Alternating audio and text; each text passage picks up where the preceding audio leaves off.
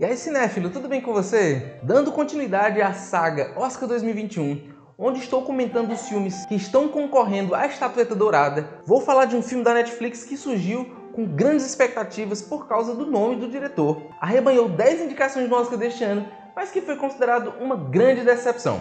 Hoje vou falar sobre Mank, do aclamado diretor David Fincher.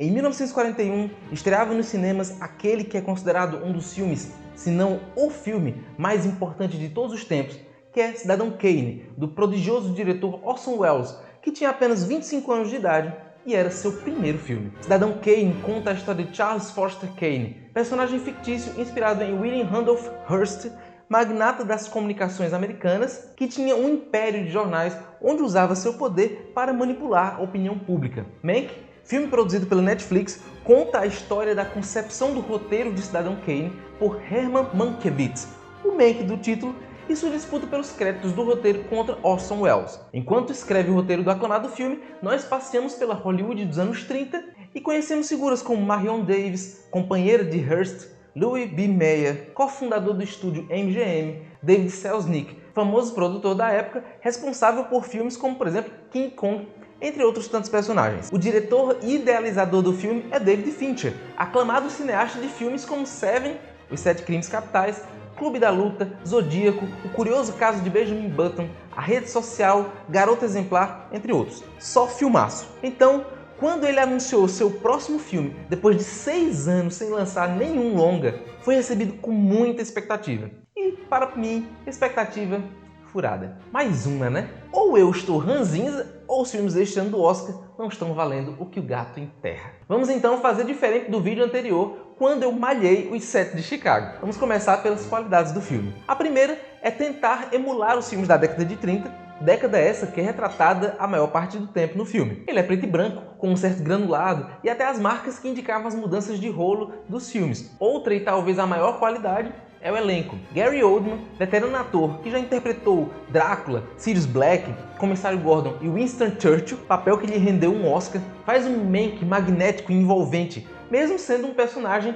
que não geraria empatia nenhuma se fosse algum outro ator que o interpretasse. Em alguns momentos você consegue até se deixar envolver com a narrativa, principalmente quando ele está em cena com Amanda Seyfried, que fez Marion Davies, outra pérola do elenco. Sua presença no filme é curta, mas muito marcante e sedutora.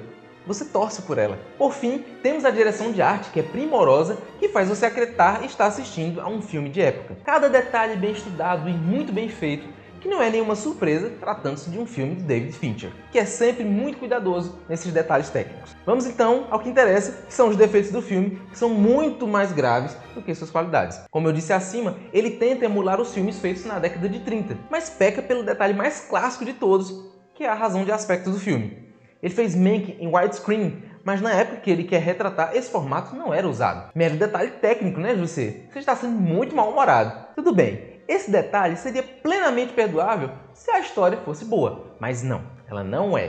Aliás, passa longe de ser mediana. Em primeiro lugar, vamos explicar o contexto. O roteiro de Mank foi escrito por Jack Fincher, pai de David Fincher. Ele nunca conseguiu transformar seu texto em filme.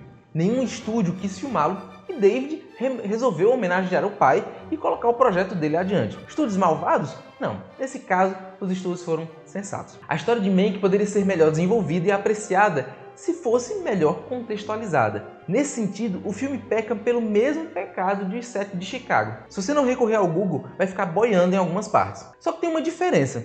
Se você souber a história por trás do julgamento de 7 de Chicago, o filme cresce. Continua chato, mas cresce.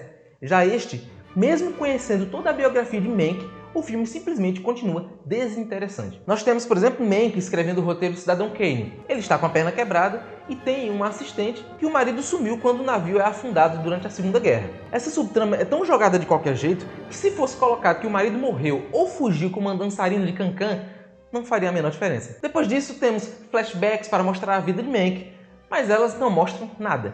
Vemos ele bêbado, mas em nenhum momento sabemos por que ele é considerado um grande roteirista de Hollywood. Aliás, sequer temos essa informação. Aí voltamos para ele tentando escrever o roteiro do Cidadão Kane. E depois tome mais flashbacks, onde ele conhece Hearst e a companheira, em cena tão crível quanto os efeitos especiais das novelas brasileiras.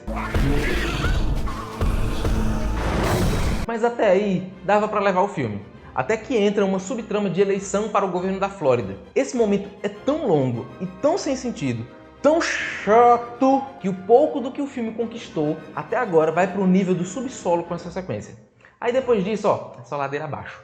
O filme vai ficando cada vez mais sem sentido, os flashbacks ficam tão soltos que ao final do filme você continua sem saber quem é o Mank do título. Mas não acabou por aí. Não bastasse a história ter sido mal escrita, ela é em parte mentirosa também. Em um determinado momento, nós vemos uma disputa entre o Mank e o Orson Welles pelos créditos de Cidadão Kane, pois o Welles não teria contribuído com nada do roteiro e queria 100% dos créditos.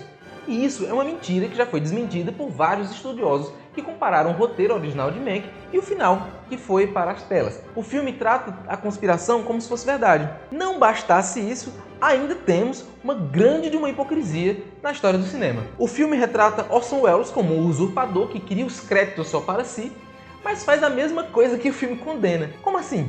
O roteiro foi, como eu disse, escrito pelo pai do diretor, mas foi revisto por outros roteiristas ao longo dos tempos. Mas, contudo, todavia, esses roteiristas não receberam crédito por isso. David Fincher queria somente o nome do papai no filme.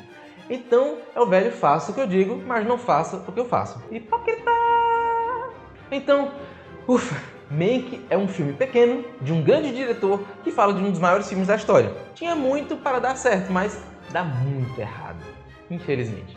Mank foi indicado em 10 categorias: som, design de produção, trilha sonora, cabelo e maquiagem, figurino, fotografia, atriz coadjuvante para Amanda Seyfried, ator para Gary Oldman, diretor e melhor filme. E aí, o que é que você achou desse vídeo? O que você achou desse filme, se você já assistiu? Assiste lá e vem aqui dizer se você gostou ou não gostou do que eu falei aqui agora. Deixe seu like se você tiver gostado e o seu dislike se você não tiver gostado e comente aqui embaixo. Cada comentário é muito importante para mim e para o crescimento do canal.